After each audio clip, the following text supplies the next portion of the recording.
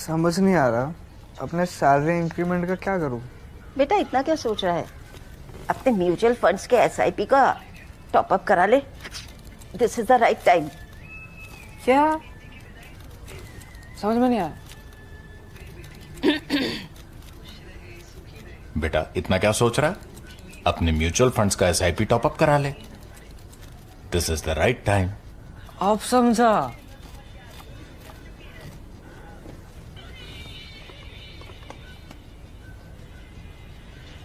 Mutual fund investments are subject to market risks. Read all scheme-related documents carefully.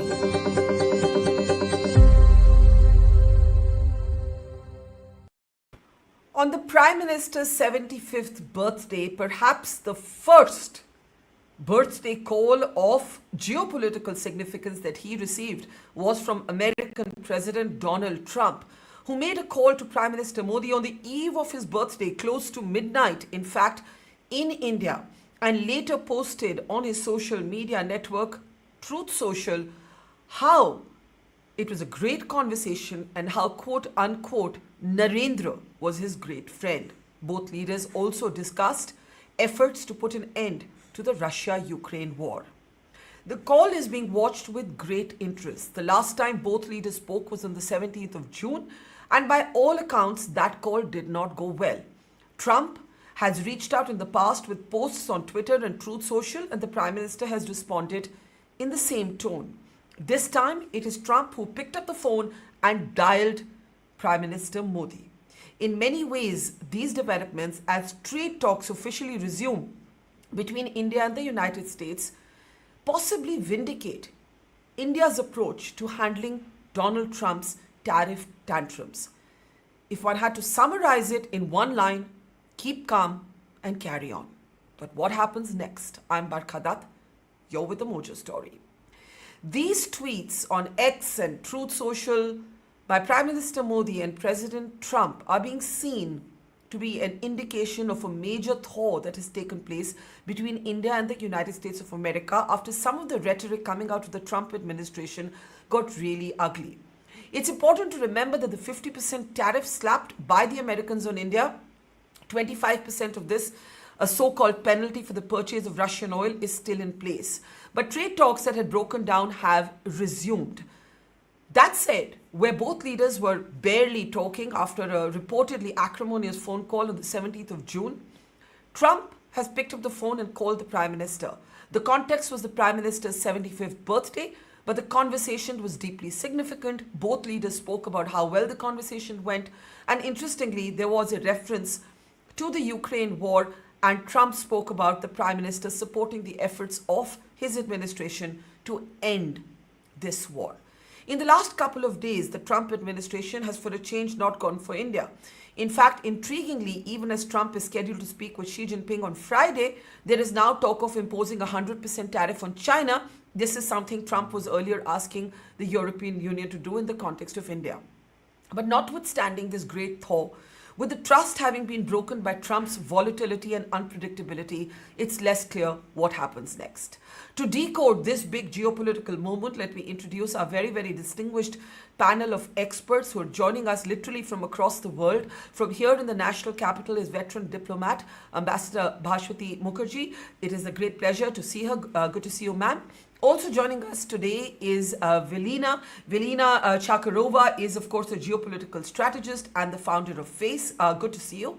Also joining us from Washington today is Chidanand, Rajghatta, author and veteran journalist. Good to see you as always. And also joining me, I think from his social media feed, I gather he's in Kuala Lumpur right now, but I'm not sure, is Cyrus Jansen, internet personality, one of the world's best known geopolitical analysts. Good to see all of you, and I want to get started with first comments. We don't have actual statements by both leaders on camera, but we have their tweets, we have their social media posts.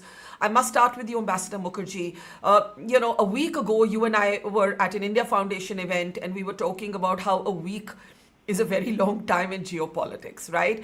Things seemed very tense, though somewhat better, but no one was clear when the two principals would speak. Prime Minister's birthday provided an opportunity, and the call seems to have gone well by all accounts. How do you view this development, ma'am? Well, I recall, Barkha, that when we discussed this, I said that you can be sure that India will not blink first. And Prime Minister's birthday gave a very good opportunity for President Trump to blink first without losing face. Because according to the Indian custom, it is perfectly normal and natural to reach out and give the birthday wishes. And that is exactly what happened. Moreover, there was great pressure put, if you recall, Barkha, on Prime Minister to blink first by putting pressure on him to come from Canada to Washington, where President Trump probably thought that he could have a photo op with the so-called field marshal on one side and Prime Minister Modi on the other, which the Prime Minister actually could not accept in any case because he had a four country visit lined up after Canada.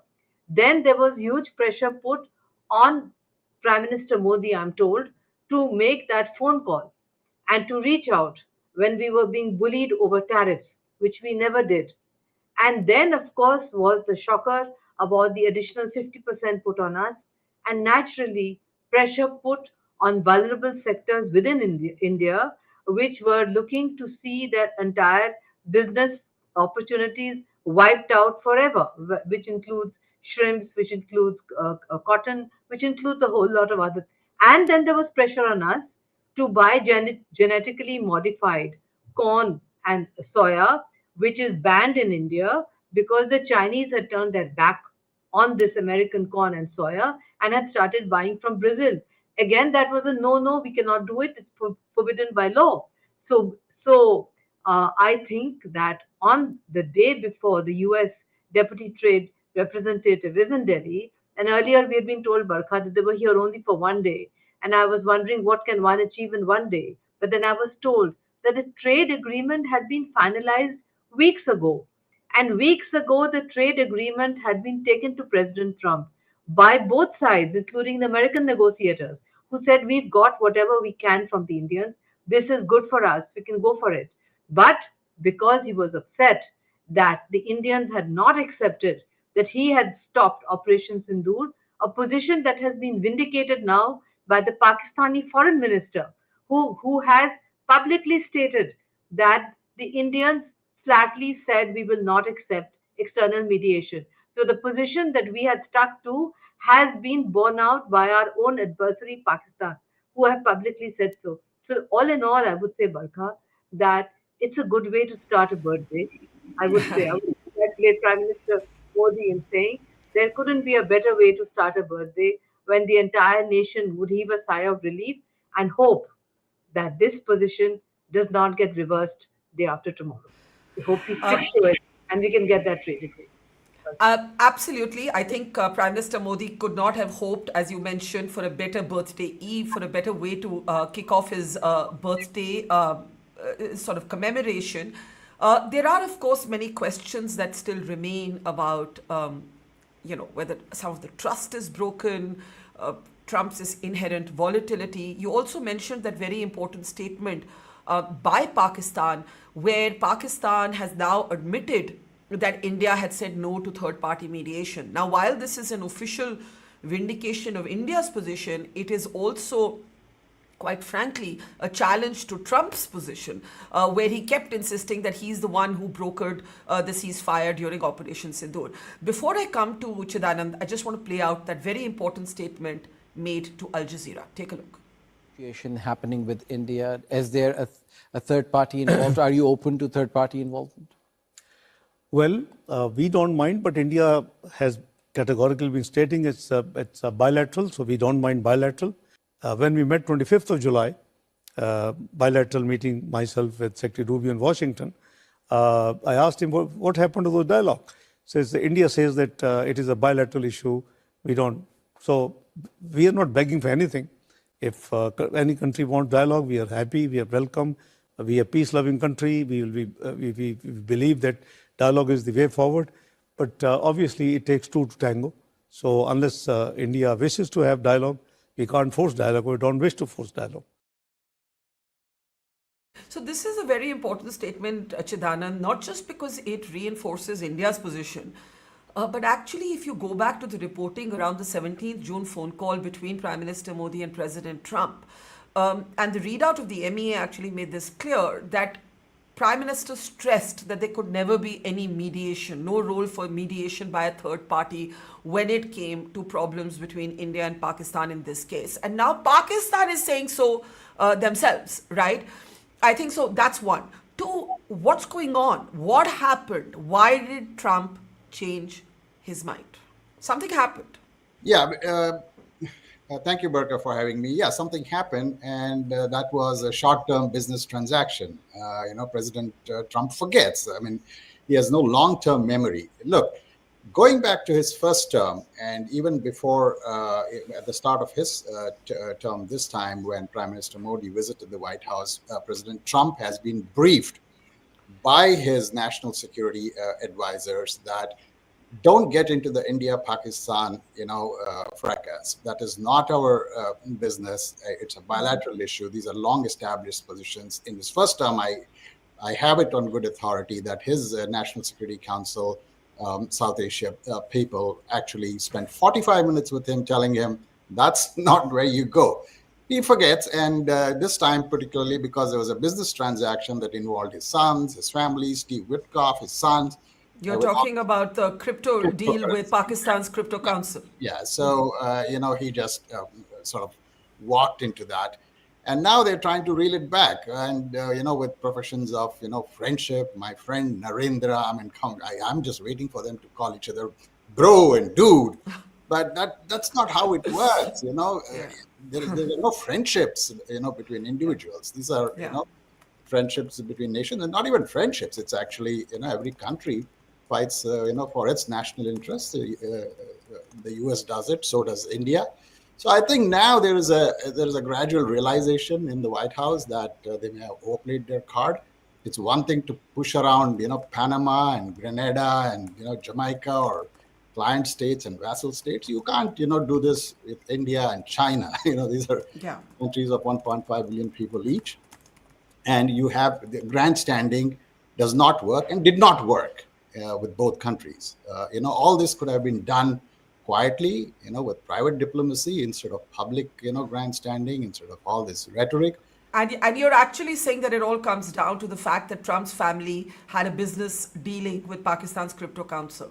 That's actually the operative bit. That is one part of it. And the other thing is, look, he basically, this is a New York, realtor, approach that, a lot of bluster, a lot of grandstanding, public sort of deal making, trying to bully countries, and it's hard. And the fact is, he was offensive in the way the language he used about India, with talk of dead economy, and they can go and be with Russia. That didn't work, and I think India handled it very well. It was a great deal of calm, and did not push back in the same manner. And there is now a sense of, there's a realization that they pushed it too far. They're trying to reel it back.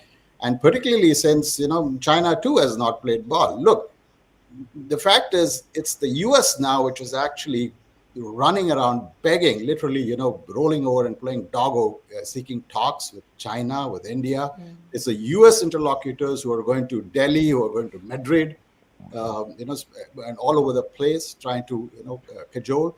Because there is a genuine crisis, in the U.S. So let me ask you this before I go to my other two guests. Will the Peter Navarro kind of characters who've been coarse, who've been rude, will they shut up now? Will they zip up? Will they dial down, dial back? What will they do? Well, I don't know. I think there's this tendency to shoot their mouth, so I don't think that'll die down. And for that matter, the president himself. But the fact is, look, it's fall now. And, Cyrus will back me up on this, right? The biggest crisis right now in America, which very few people outside are noticing, is the farm crisis, right? They've begun to harvest soy, harvest corn.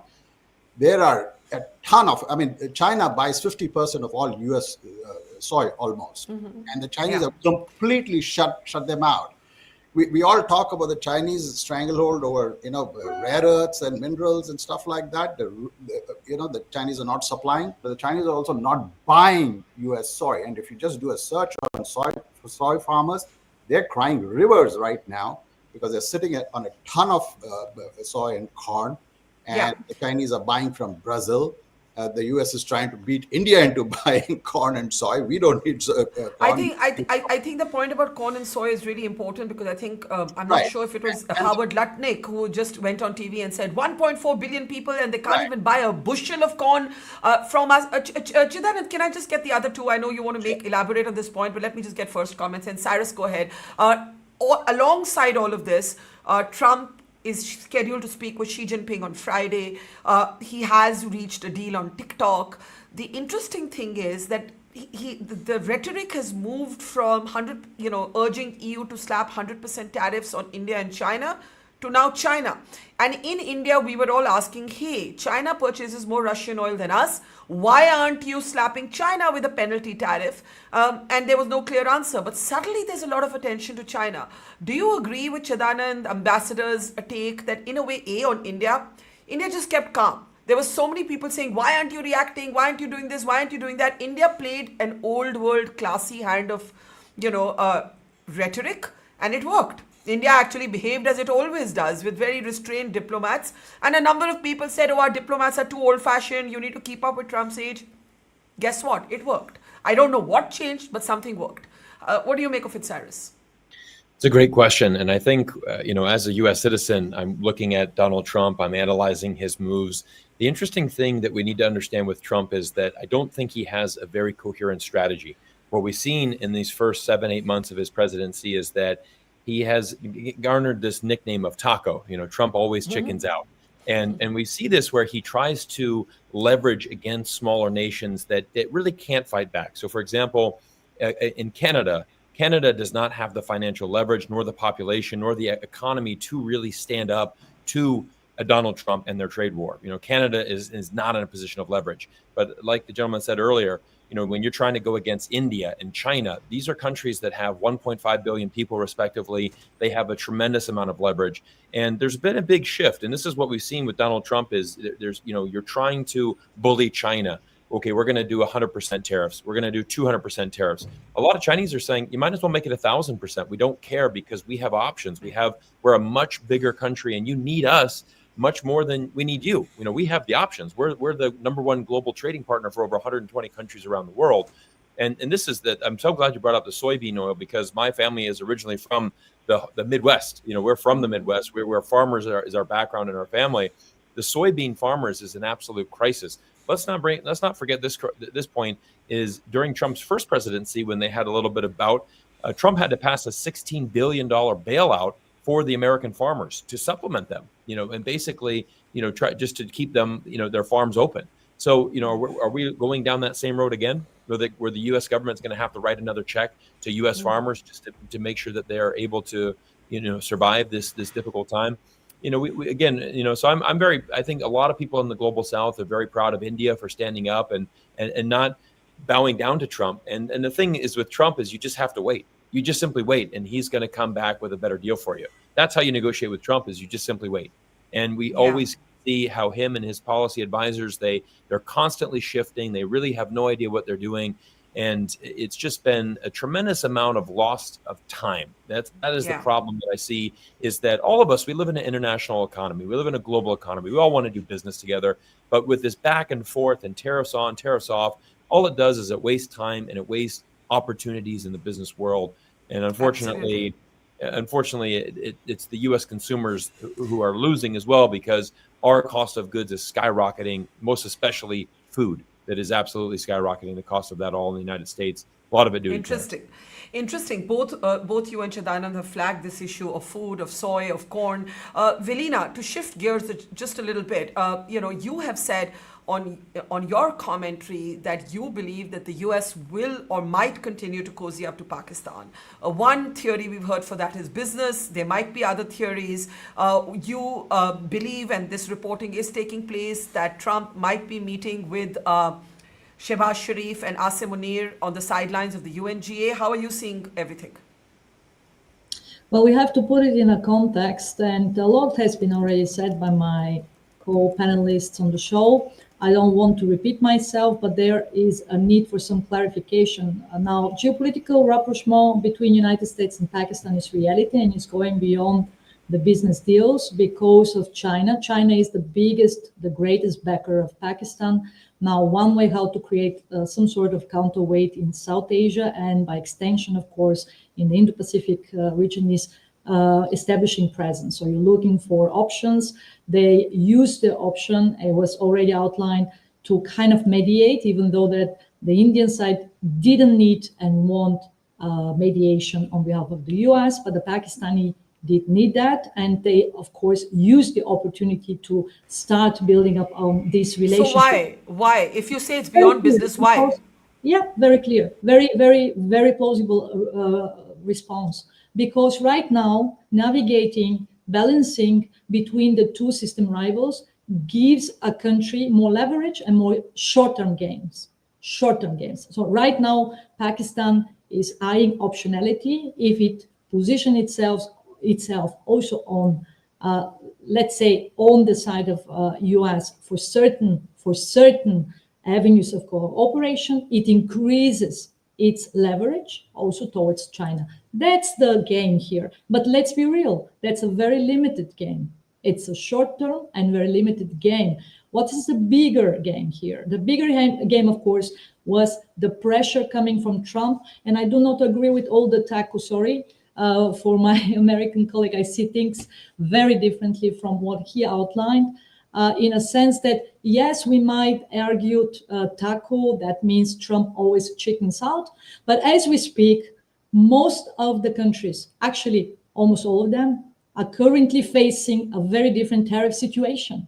So even with all the tackle scenario, they end up being in a worse situation than prior to the threat or let's say imposition of tariffs. Right now, what's the target for India? Because I argue that the tariffs policy is not about tariffs itself. It's actually about much more, and that's the geopolitical realignment pressure. That didn't work out in the Indian case. India actually did not allow any country, whether it's China, whether it's Russia, or whether it's now United States, to exercise pressure on its own national positions when it comes to foreign security and defense policy. And that is what happened. But the tariffs are real.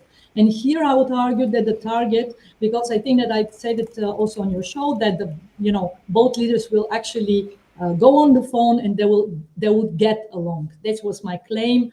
I just looked at my messages from the beginning of September, immediately after the escalation. I said they will get along. Now the problem here is that there will be tariffs, but the one goal should be the removal of the 25 extra tariffs on oil, because this is unrealistic. You can simply not erase. But here's my question, and let me take it to Ambassador Mukherjee and then Chidanand.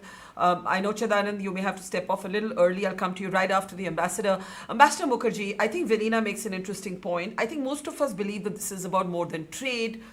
We saw it as him wanting some sort of credit for Operation Sindoor, then maybe some amount of flattery from Pakistan about how he should get a Nobel. Then there's the business deal that's been flagged between Pakistan's Crypto Council and Trump's sort of family. But Velina raises an interesting point, that it is about a geopolitics that is in churn. And we are expecting the Pentagon to release a new security doctrine. We don't know how much focus the Indo-Pacific region is going to be in, whether the Americans under Trump are now going to be making this a priority or not. Certainly, going by Trump's phone call to Modi, it doesn't look like there's going to be any dramatic shift. But who's to say? What do you think?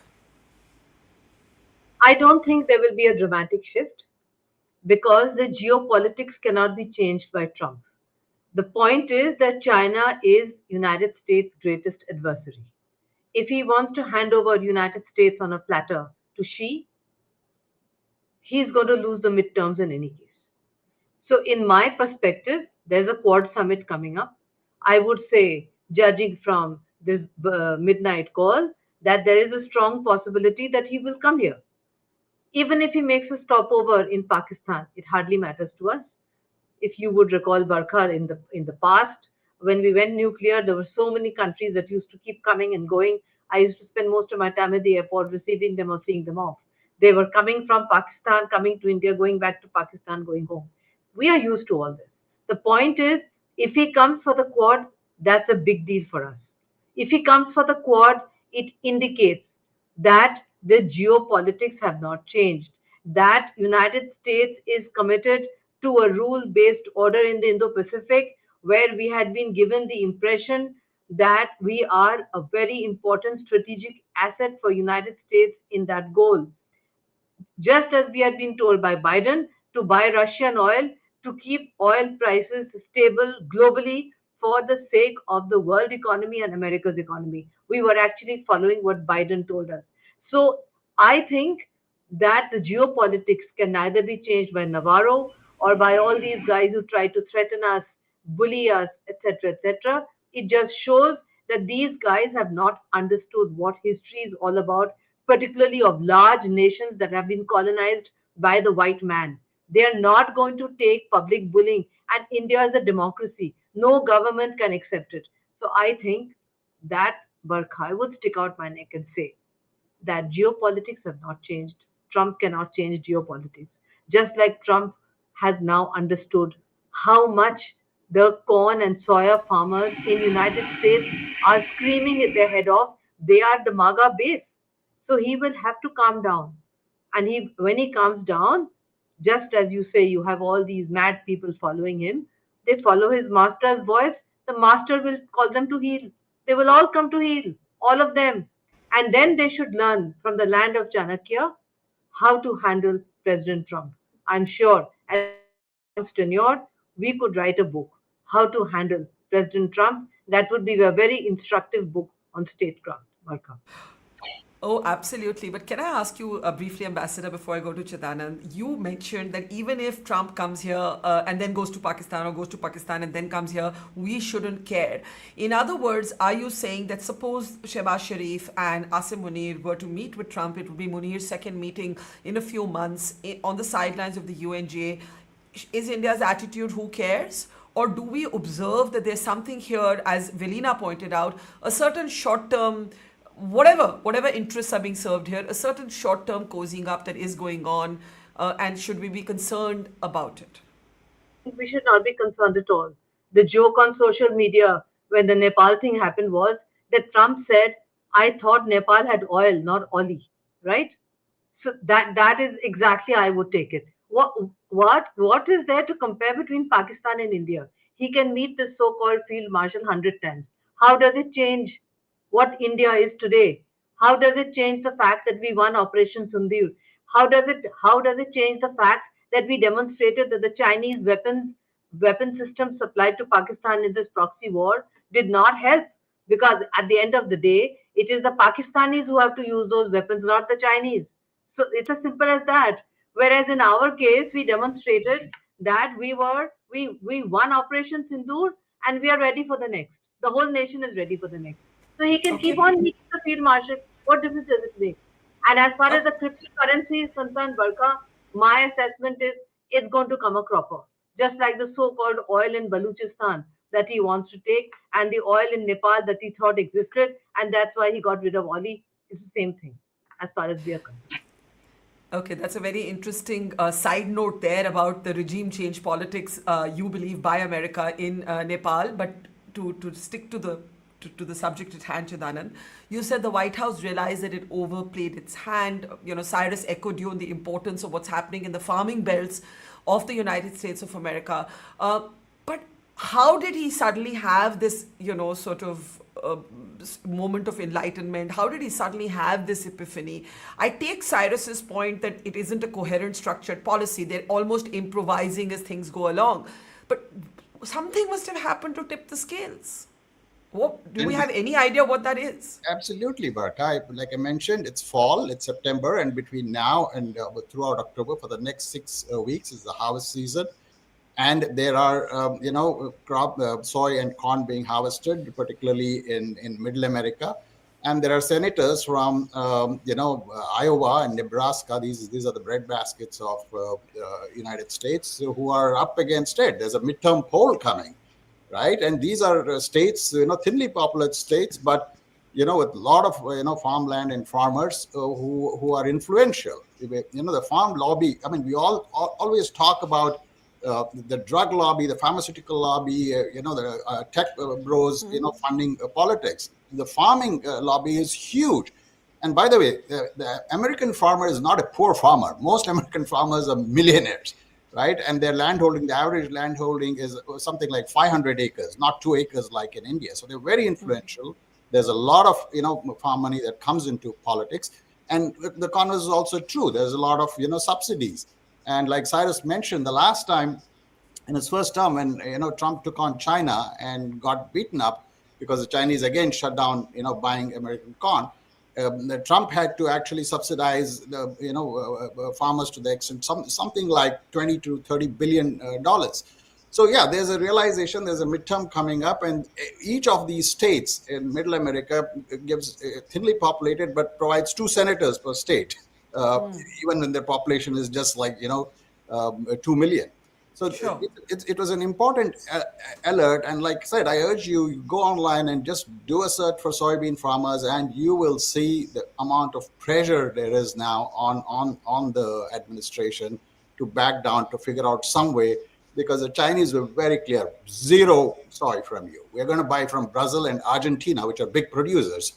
So believe it or not, the whole BRICS, anti-BRICS thing that Trump started off, that ties up with this, because suddenly China-Brazil trade is booming, because Brazil has a lot of agricultural produce. So there is a sense, there's a realization, that this is not working out well. We got to reel back.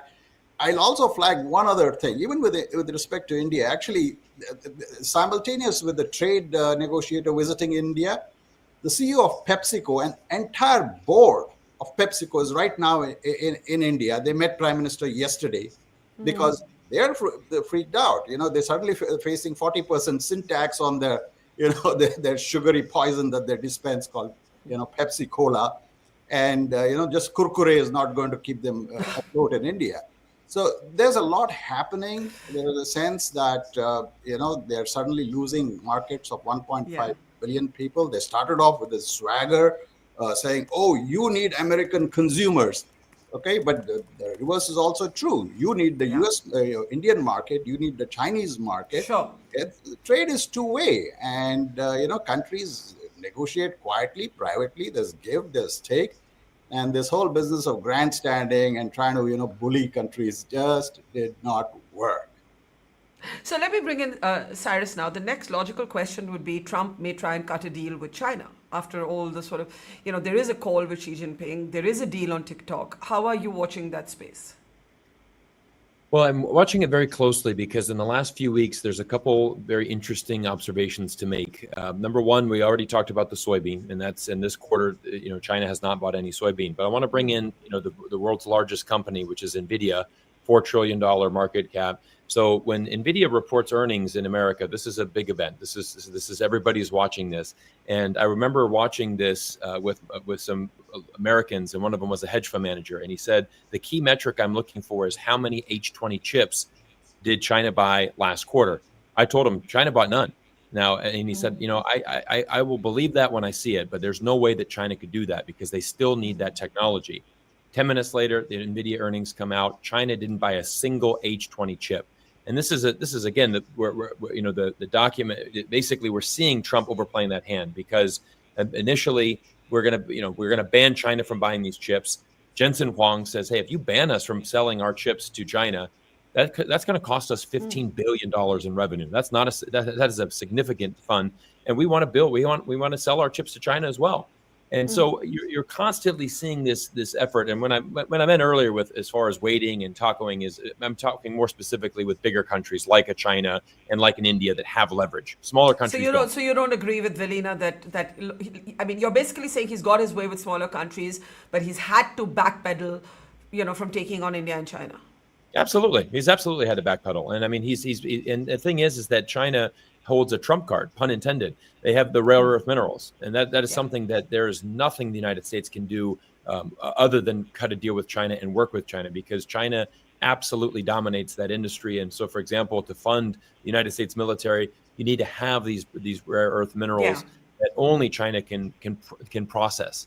So this is a constantly, I think, a very typical Trump move where we see him, say this, but then back down and say this. And I think the tariffs really are more of a negotiation with China, him wanting to, you have to feed into Trump's ego. Trump has a very large ego. So, he needs to feel like he's the big man in the room and say, you're going to do this. But then at the end of the day, he's just extended the TikTok deal another 90 days. It was just announced a few hours ago. So, obviously they're negotiating the TikTok as well. We're hearing now that the algorithm is going to stay the same. Of course, many U.S. investment companies have bought shares into TikTok. So it's a point that I frequently make, is that when we're talking specifically about U.S. and China, these economies are too intertwined, too connected for them to decouple or for us to start tariffing.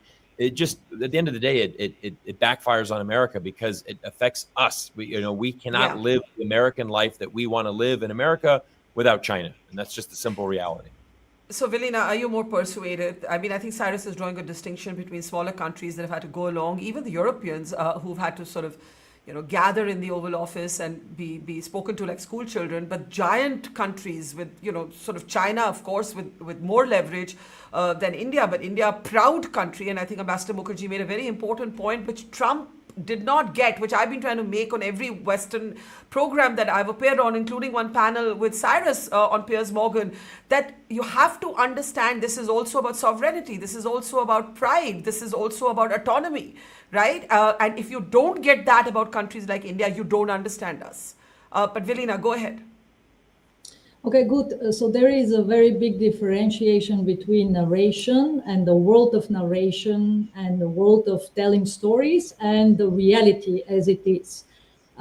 So it doesn't make much sense to discuss the character and the personality of Trump, because at the end of the day, whether he started at a level of 125% tariff, all of these countries, and right now we address the issue of Brazil and in India, they are currently facing the largest, unproportionally higher tariff as compared to other, not just BRICS plus countries, but even if you take a look at the Indo-Pacific partners of India, India is by far facing the highest tariff. So what's the point here? The point is that by the end of the day, we might argue that this is, Trump always chickens out approach. But at the end of the day, these countries end up with a higher tariff than before Trump. And that was my whole point.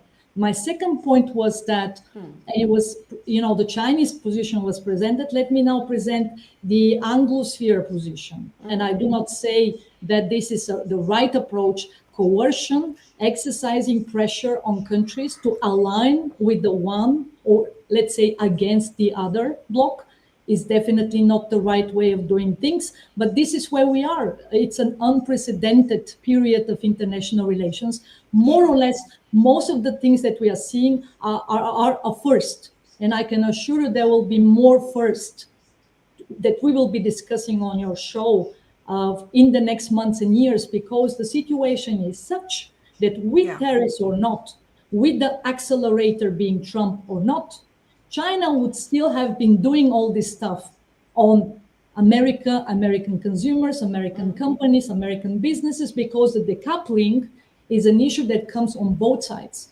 Now, we might argue about the speed, we might argue about the scope and the scale of the bifurcation of the global system, of this Cold War 2.0 between America on the one side and China and Russia on the other. Because, again, here, one important topic that we haven't discussed was this, I would say, a little bit desperate try on behalf of the American administration to exercise pressure on India, extra pressure through tariffs on Indian position towards Russia. And that was desperate in a sense that right now India, let's say, has more optionality because of the normalization of the relationship with China. That has nothing to do with Trump, as it was wrong wrongly presented by many Western analysts. It has the depth and scale of the relationship with Russia that has not necessarily to do only with the ongoing Russian ambitions in Eastern Europe and beyond, but Russia for itself has already sided, has already taken a side prior to 2022. India is in a different game. India is not taking sides. The only side that India has taken so far is its own side, its own national interest, and that in itself has a very high price. Strategic autonomy is the highest price to pay. So I think we all agree with what you've just said, that last bit, that India has taken its own side. I have just about 3-4 minutes left for final comments. I'll start with you, Velina. You said India's taken, a position that is about our own interest, and there will be a price attached to it. What is that price in the days ahead? Do you see Trump, as Ambassador Mukherjee said, he got a kind of social face saver he didn't lose his ego in picking up the phone and saying happy birthday to Prime Minister Modi, and they were able to sort of break the ice. But he needs a face saver to walk back the 25% penalty. And he can't get that unless he brings home a deal on Russia-Ukraine. That is the only face saver that allows him to walk that back. So this price that you think India may have to pay, what is that price according to you? Yeah, very short answer so that my co-panelists have the chance to respond. First and foremost, the answer lies in your question. There will be some sort of ceasefire or kind of negotiation process. There you go, the 25% will be, extra tariff will be removed. And I would go for the scenario of 15% tariff. India has to eye at least, let's say in the worst case scenario, 15% tariff, similarly to South Korea and Japan. That should be the bottom line of the negotiations on the Okay, tariffs. Let's get quick responses to that. Last comment, Cyrus, your closing thoughts? I just want to reiterate, I think that right now, I think that India is going to, I like their decision to basically move forward with the sovereignty. I think you brought that point up. I think it's very important. I do think that Trump is going to have to, he will reduce this, for example, this extra 25% because it's an unfair penalty. I mean, we look at the United States, for example, we import hundreds of billions of dollars worth of uranium from Russia. We've done that since the start of the war. That has not stopped because our nuclear program in the United States depends on uranium coming from Russia. So, we have this double standard, which has become, unfortunately, a cornerstone of United States foreign policy. But I do think that this is an opportunity, for Trump and Modi to come together and have a better deal where there will be a reduction in tariffs. I don't think that you're going to see India have that continued high rate of 50%, which is obviously one of the highest in the world. And, at the end of the day, again, I think Trump wants to have India and have a good relationship with them. So there's going to have to come a negotiation. But I do like India's move earlier to basically send a message. When Modi went to do his first state visit in 7 years to Beijing, that was a direct shot at Trump saying, look, we have options. Don't forget that. So, yeah. I think these two will come together, and I think there'll be a better trade deal for India in this. And again, that's exactly what happens with Trump is you never know what's going to happen. Yeah. You've got to just kind of go with the flow, knowing that his team also doesn't have a good idea what they're doing. They're just trying to throw stuff against the wall and see what sticks. So, Ambassador Mukherjee, I want you to talk about that SEO meet. As tactics go, it worked. That power huddle between Modi, Xi Jinping, and Putin certainly got the story Western media attention. The Western media was barely covering this story till then. But now India will have to balance as we move forward with the Americans and the Chinese, whom we've just sort of opened the door with. How do you see that shaping up? Well, Barkha, in the Foreign Service, we call it strategic hedging. SEO was strategic hedging, and we did it very successfully. I don't see in the future that we would roll back completely to where we were when Trump first took over his second term, because I think that Trump's behavior has actually caused irreparable damage to the very high approval ratings that the Indian people had given to the India-US friendship. That is going to take a lot of healing. That has been a huge shock to 1.4 billion Indians, including you and me, Barkha. That actually is the greatest damage of this tariff war. And I agree with my co-panelists, they will be rolled back because they are ultimately more harmful to United States than to India. And we will find alternative markets just as the Chinese have done, because he has weaponized trade, but it rolls both ways. So I would say, therefore, Barkha, that we will continue strategic hedging. We will continue what we've done at SCO. It is not going to be the same India, innocent India that went into Quad earlier thinking United States is our best friend, we will hold their hand, they will hold ours, and we will walk into the brave new future together. That is all gone. That is finished. It doesn't matter who follows Trump.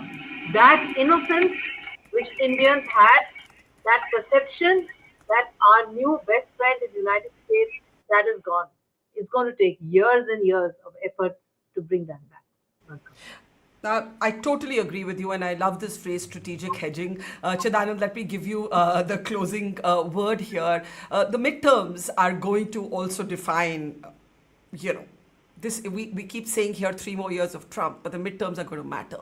And the sort of the news on jobs, the news on what's happening in the farming belt has to get better for Trump to do well. I'm imagining in the midterms, though I also know that the assassination of Trump ally Charlie Kirk may have also galvanized and mobilized his base in a very emotional way. How are you seeing sort of Trump's political hold over everything right now?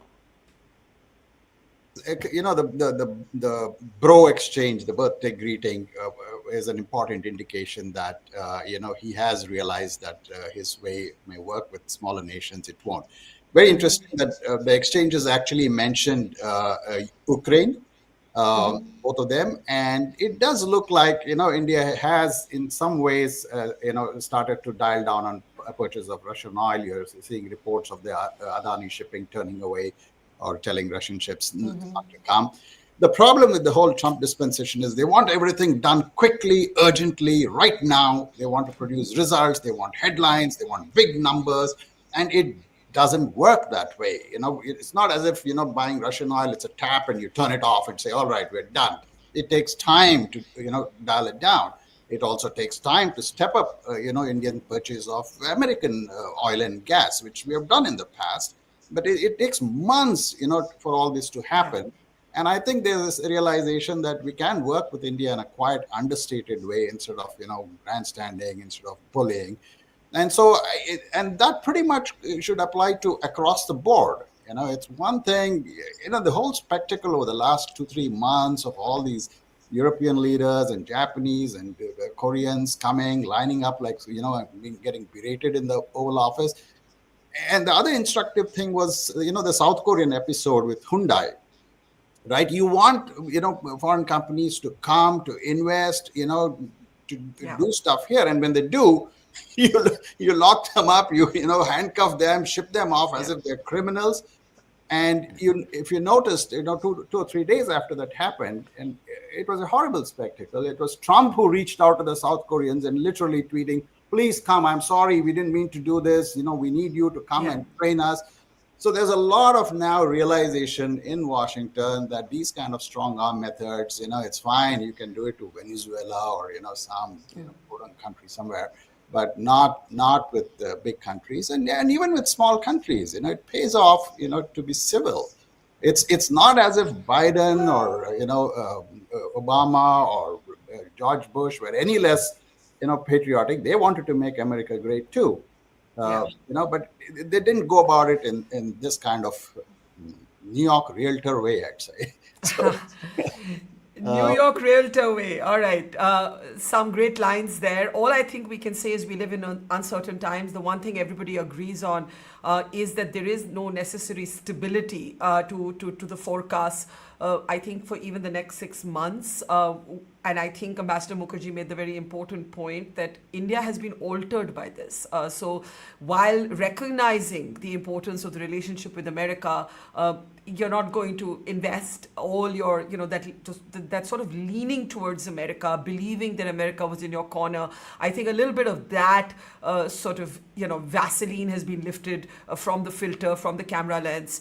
And I think it's a more realistic evaluation, possibly more transactional, possibly like Trump, India has learned that first we put our interests and then look at anything else. We'll leave it there. Thank you. This has been an excellent panel. I really value everything that I've learned from all of you. Cyrus Jansen, Ambassador Mukherjee, Chidanand Rajghatta, and of course, Vilina Shakarova. Thank you so much and see you all soon. Thank you. Take care. It's great to see you here. Thank you for watching our work. If you haven't subscribed yet, don't forget to click the bell icon and subscribe to Mojo's Story and support independent, robust journalism.